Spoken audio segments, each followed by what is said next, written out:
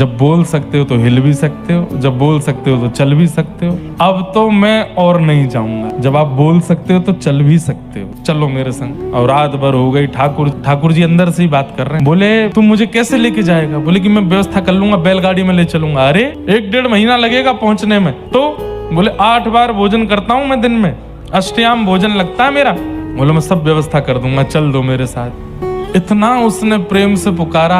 अंत में वो बोल गया मुझे ब्याह नहीं करना है, लेकिन अब मेरे मन में इच्छा हो गई है कि मैं ठाकुर को ले जाऊं अपने गांव में जाके विराजमान। अब आप चल दो।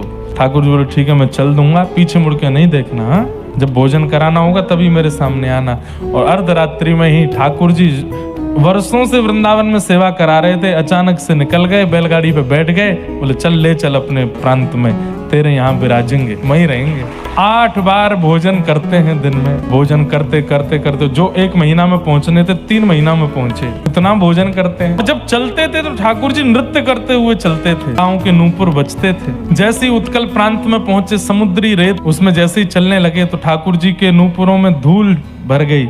तो आवाज नहीं आई, तो उसको लगा पता नहीं ठाकुर जी रुक गए क्या पीछे। जैसे ही पीछे मुड़ के देखा तो ठाकुर जी तो त्रवंग ललित श्याम सुंदर वहीं स्तब्ध हो गए। बोले अब नहीं जाऊंगा। तेने पीछे क्यों देखा? बोले आपके नूपुर की आवाज ही नहीं आई मुझे। ठाकुर जी बोले वहां रेत भर गई है या हमारे ना आई। जय जय, बस 5-6 किलोमीटर दूर रह गया मेरा गांव, चल दो। ठाकुर जी बोले हम तेरे काजे 1000 किलोमीटर चल के आ गए, गांव बारे 5 किलोमीटर ना आ सके?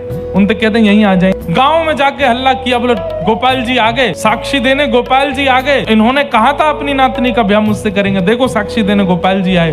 पूरा गांव इकट्ठा हुआ।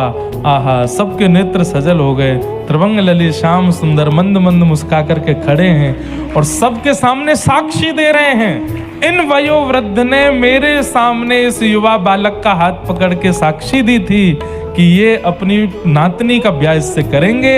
अब आप इसका ब्याह करा दो और मैं अब स्तब्ध होकर के यहीं रहूंगा। और तब से पूरे नगर में महाराज ये बात सिद्ध हो गई कि यहाँ के गोपाल जी जगन्नाथ धाम की जो यात्रा करता है उसकी साक्षी लेते हैं, उसकी साक्षी करते हैं।